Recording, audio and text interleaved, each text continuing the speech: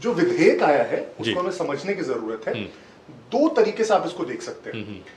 पहला, राजनीतिक सूचिता, कि क्या कोई व्यक्ति जो किसी एक ऐसे जिस पर केस चल रहा है जिसमें 5 वर्ष से ज्यादा की का कन्विक्शन हो सकता है, सजा हो सकती है, और वो जेल में हो 30 दिन, क्या उसे फिर भी उस पद पे बने रहना चाहिए? सूचिता की बात होती है और ये उस व्यक्ति पर अभी के लिए छोड़ देते हैं।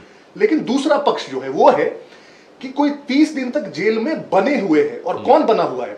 या तो पीएम या सीएम या मिनिस्टर, कोई एमपी एमएलए की हम बात नहीं कर रहे हैं। तो क्या जब वो व्यक्ति 30 दिन तक जेल में है तो हमें लगता है कि ये व्यक्ति अपने कर्तव्यों का निर्वहन सही ढंग से कर पाएंगे अगर वो 30 दिन तक जेल में बने हुए और उसके बाद भी हैं?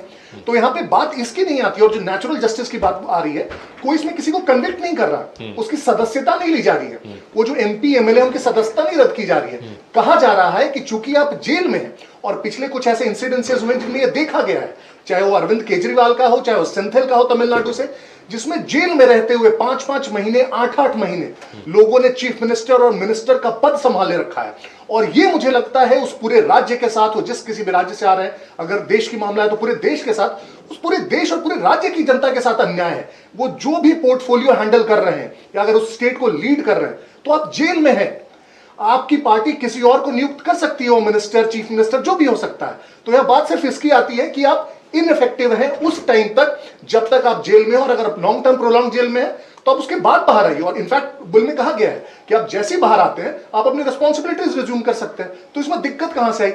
दिक्कत कहां शर्क जी, ये देख लीजिए, हम कई बार हर साल एडीआर की रिपोर्ट आती है कि भारत में जो चुने गए सांसद होते हैं, विधायक होते हैं, उसमें इतने दागी होते हैं, इतने अपराधी होते हैं, और हर बार हम चौक चौराहों पे बहुत चर्चा करते हैं कि जो भारतीय राजनीति है उसको साफ करने की जरूरत है, ऐसे लोगों को हटाने की जरूरत है, नए लोग आने चाहिए, साफ छवि के लोग आने चाहिए। लेकिन जब उसको इंप्लीमेंट करने की बारी आती है तो हम अपने पांव खींचने लगते हैं। आपको याद दिला दूं, यही 2013 में, आप सोचिए 47 से 2013 तक किसी भी सरकार ने इस प्रकार का कोई विधेयक नहीं लाया कि अगर कोई जेल चला जाता है तो उसकी सदस्यता जानी चाहिए या चुनाव लड़ने से रोका जाना चाहिए।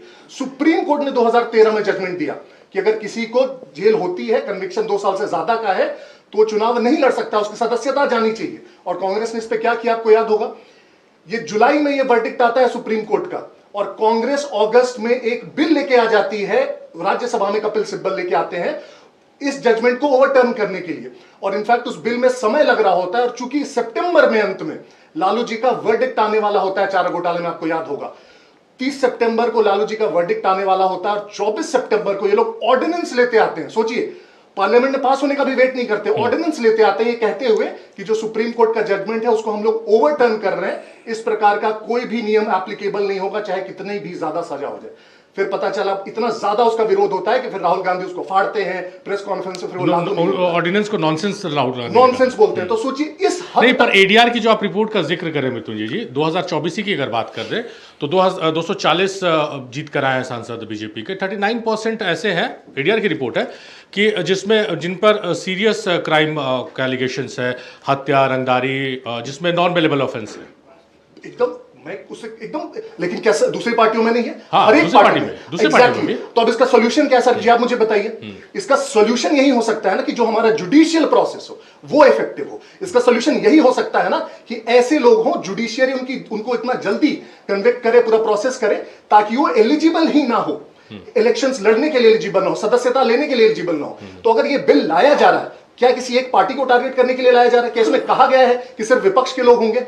जब इसमें पीएम को रख दिया गया, सीएम को रख दिया गया, मिनिस्टर्स को रखा गया, आज देश के सबसे ज्यादा राज्यों में किसकी सरकार है? हमारी सरकार है। तो हम भी उतने ही लायबल होंगे, और ये बिल हमेशा के लिए, कल आपकी सरकार किसी राज्य में आएगी तब भी हम लायबल होंगे उसके लिए। तो अगर राजनीति को साफ करने की बात कही जा रही है, कहा जा रहा है कि ऐसे लोगों को जो जेल में है कम से कम उनको पीएम सीएम मिनिस्टर ना रहने दिया जाए, ये नहीं कहा जा रहा है कि उनकी सदस्यता ले ली जाए। तब इस पे भी आपको दिक्कत हो रही है, बिल फाड़ के फेंक दे रहे हैं गृह मंत्री के चेहरे पर। ये कौन सा संवैधानिक प्रोसेस है?